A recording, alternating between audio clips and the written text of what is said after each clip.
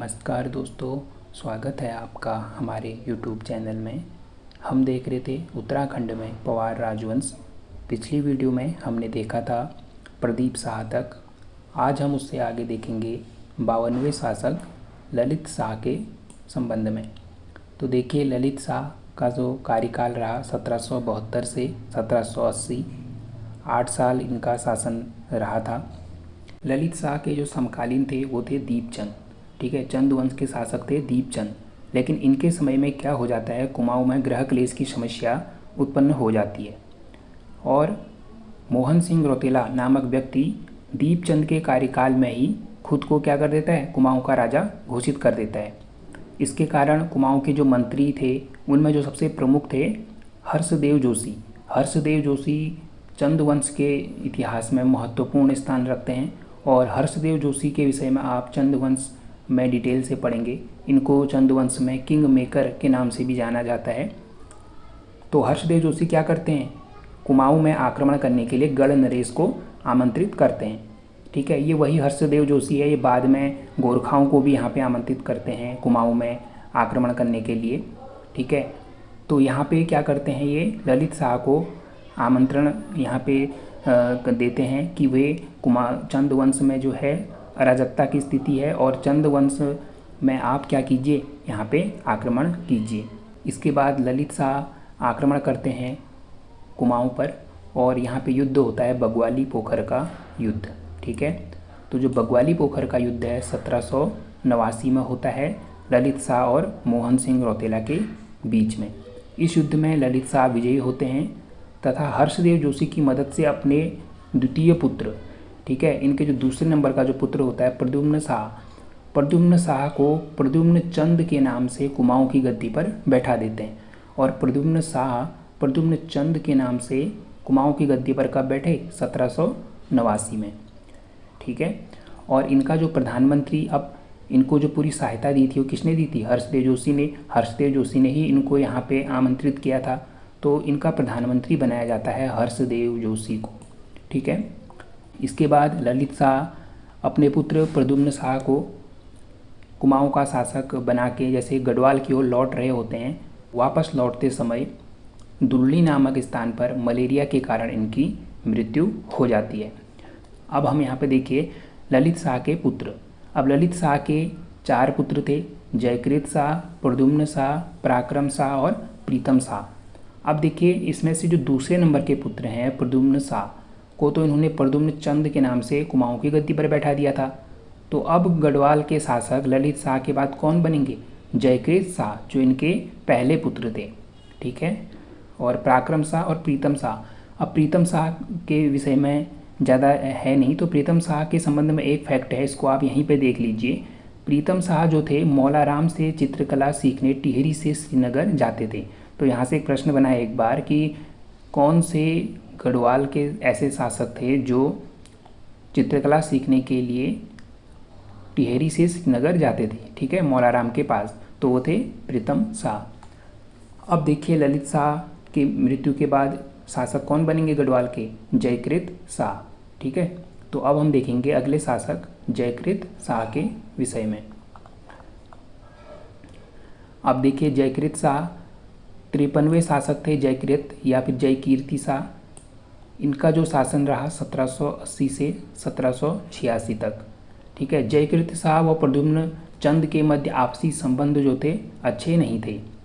ठीक है, मौलाराम के अनुसार जयकृत शाह ने अपने भाई प्रद्युम्न शाह को कुमाऊं के सिंहासन से हटाने के लिए विद्रोही मोहन सिंह की सहायता की थी। जिस मोहन सिंह रौतेला को इनके पिता ललित शाह ने पराजित किया था, उन्हीं की सहायता कौन करते हैं, जयकीर्ति शाह।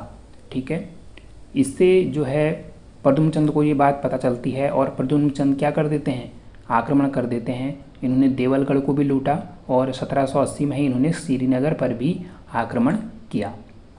इसके बाद एक युद्ध होता है कपरौली का युद्ध 1785 में।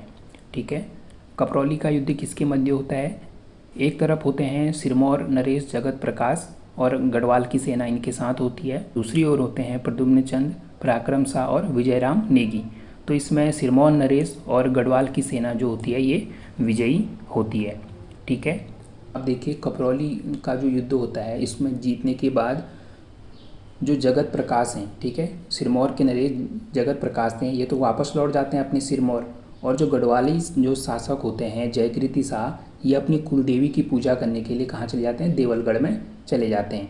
ठीक है, जैसे ये देवलगढ़ में चले जाते हैं तो कुमाऊँ के शासकों को क्या होती है, इसकी सूचना मिल जाती है कि जो जयकीर्ति शाह हैं वो तो कहाँ चले गए हैं, देवलगढ़ में चले गए हैं। हर्षदेव जोशी के नेतृत्व में क्या होता है, कुमाऊनी सेना लेकर प्रद्युम्न चंद गढ़वाल पर आक्रमण कर देते हैं और देवलगढ़ तथा श्रीनगर में भीषण लूटपाट मचाते हैं। तो इसी को कहा जाता है जोशियानी कांड, क्योंकि ये किसके नेतृत्व में हुआ था, हर्षदेव जोशी।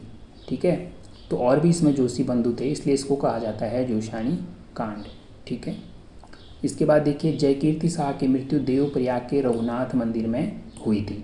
ठीक है, तो जो जयकीर्ति शाह हैं इनकी जो मृत्यु हुई थी देवप्रयाग के रघुनाथ मंदिर में हुई थी। अब इसके बाद देखिए इसमें जो अंतिम शासक हैं वो हैं 54वें शासक प्रद्युम्न शाह। अब देखिए प्रद्युम्न शाह का जो कार्यकाल है 1786 से 1804। ठीक है, अब हमने अभी देखा था 1779 में प्रद्युम्न शाह जो हैं प्रद्युम्न चंद के नाम से कुमाऊँ की गद्दी पर बैठे थे, लेकिन ये कब तक रहे, 1786 तक। और फिर 1786 में ये गढ़वाल के शासक बनेंगे, किसकी मृत्यु के बाद, अपने बड़े भाई जयकीर्ति शाह की मृत्यु के बाद। अब देखिए पराक्रम शाह इनका भाई होता है और पहले तो ये प्रद्युम्न शाह की ही सहायता करता है। जब प्रद्युम्न शाह कुमाऊँ के शासक होते हैं, ठीक है, तो कुमाऊँ की गद्दी पर जब प्रद्युम्न चंद के नाम से बैठे होते हैं तो पराक्रम शाह इनकी सहायता करते हैं। लेकिन अब जब प्रद्युम्न शाह गढ़वाल के राजा बन गए हैं तो पराक्रम शाह यह चाहते थे कि गढ़वाल का राजा उनको बनाया जाए, अतः उन्होंने क्या किया, प्रद्युम्न शाह के खिलाफ विद्रोह किया। और इस विद्रोह का वर्णन हमें कहाँ से मिलता है, मौलाराम की जो पुस्तक है गढ़ गीता संग्राम व गणिका नाटक, ये महत्वपूर्ण है। ठीक है, अब आपसे ऐसा तो नहीं पूछा जाएगा कि किस पुस्तक में ये विद्रोह का जिक्र है, लेकिन ये रचनाएं आपसे पूछी जा सकती है। और इसमें से जो गणिका नाटक है ये तो आपसे एक बार पूछी भी गई है कि गणिका नाटक किसकी रचना है, तो मौलाराम की। किसकी है, मौलाराम की। और साथ ही गढ़ गीता संग्राम, तो गढ़ गीता संग्राम वो गणिका नाटक किसकी रचना है, मौलाराम की। इसमें जो है मौलाराम ने पराक्रम शाह की करतूतों का पर्दाफाश किया है। ठीक है, अब इसके बाद क्या होता है, 1790 में हर्षदेव जोशी ने गोरखाओं को कुमाऊँ पर आक्रमण का न्योता दिया। ठीक है, अब ये हर्षदेव जोशी क्या करते हैं, 1790 में कुमाऊँ में गोरखाओं को आमंत्रित करते हैं कि आइए और यहाँ पे आप ये क्या कीजिए, आक्रमण कीजिए। तो इसके बाद गोरखा जो है कुमाऊँ में आक्रमण करते हैं और 1790 में ही हवालबाग का युद्ध होता है। ठीक है, कुमाऊँ के शासक और गोरखाओं के बीच हवालबाग का युद्ध होता है जिसमें गोरखा जीत जाते हैं और कुमाऊँ में गोरखा शासन स्थापित हो जाता है। ये सब हम डिटेल में चंद वंश में पढ़ेंगे। अब हम यहाँ पे पवार वंश पढ़ रहे हैं, तो पवार वंश की दृष्टि से अब देखिए यहाँ पे क्या होता है, 1791 में, अब देखिए 1790 में तो कुमाऊँ में गोरखा जो शासन है वो स्थापित हो गया था। अब गोरखा यहीं पे कहाँ रुकने वाले थे, तो उनकी इच्छा थी कि वे गढ़वाल में भी अपना जो है शासन स्थापित करें और 1791 में ही वो क्या कर देते हैं, गढ़वाल पर आक्रमण कर देते हैं। ठीक है, तो अगर आपसे पूछा जाता है कि गढ़वाल में गोरखाओं द्वारा पहला आक्रमण कब किया गया, तो 1791 में। ठीक है, तो ये और इन्होंने लंगूरगढ़ को अपने कब्जे में ले लेते हैं। ठीक है, तो उस समय 1791 में इन्होंने क्या किया, जो लंगूरगढ़ था उसको अपने कब्जे में ले लिया। और उसके बाद यहाँ पे क्या होता है कि लंगूरगढ़ पर कब्जा जैसे ये कर देते हैं तो उसके बाद यहाँ पे एक संधि होती है जिसे कहा जाता है लंगूरगढ़ की संधि। तो लंगूरगढ़ की संधि 1791-92 में होती है और फिर यहाँ से गोरखा सैनिक जो होते हैं वापस आ जाते हैं। ठीक है, उसके बाद 1851-52 और सन में देखें तो 1795 में गढ़वाल में भयंकर अकाल पड़ता है जिसे कहा जाता है 51वीं-52वीं। ठीक है, तो आपसे पूछा जा सकता है कि 51वीं-52वीं क्या था, तो 51वीं-52वीं का संबंध है गढ़वाल में भयंकर अकाल से। ठीक है, इसके बाद जैसे ही इस अकाल से 1795 में ही अकाल पड़ता है, इससे अभी उभर ही रहे होते हैं कि गढ़वाल में आता है 8 सितंबर 1803 का वो दिन।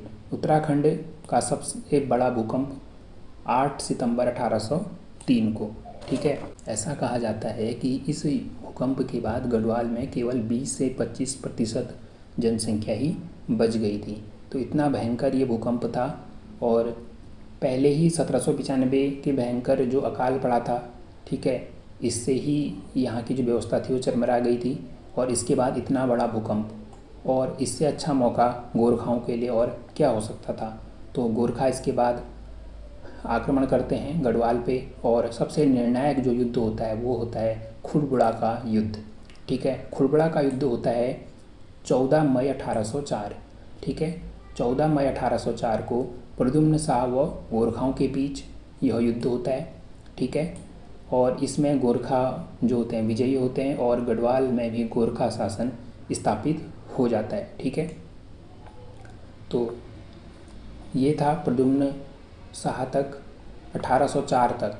ठीक है, अब इसके बाद जो शासक होंगे वो 55वें शासक अगर हम देखेंगे तो वो आएंगे उत्तरकालीन पवार काल, यानी इस बीच में अब यहाँ पे गोरखा शासन रहेगा। लेकिन गोरखा शासन तो हम अलग से पढ़ेंगे, ठीक है, उसमें कुमाऊँ में गोरखा शासन और गढ़वाल में, वो सब हम एक साथ देखेंगे। इसके बाद हम सीधे अगर हम पवार वंश को ही आगे देखेंगे, जिसको हम उत्तरकालीन पवार वंश भी कहते हैं, वो 55वें शासक सुदर्शन शाह। ठीक है, जब गढ़वाल का विभाजन हो जाता है हम वहाँ से देखेंगे। ठीक है, तो इसके अलावा प्रद्युम्न शाह से संबंधित 1-2 फैक्ट और हैं। 1796 में प्रद्युम्न शाह के समय में ही हार्डविक ने गढ़वाल की यात्रा की थी, ये एक फैक्ट है। और एक महत्वपूर्ण जो फैक्ट है, सेम मुखेम ताम्रपत्र। ठीक है, आपसे अगर पूछा जाता है सेम मुखेम ताम्रपत्र का संबंध किससे है, तो यह है प्रद्युम्न शाह से। इससे आगे उत्तर पवारकालीन शासकों से संबंधित जो तथ्य हैं उनको हम अगली वीडियो में देखेंगे। तो मिलते हैं आपसे जल्द ही अगली वीडियो में। धन्यवाद।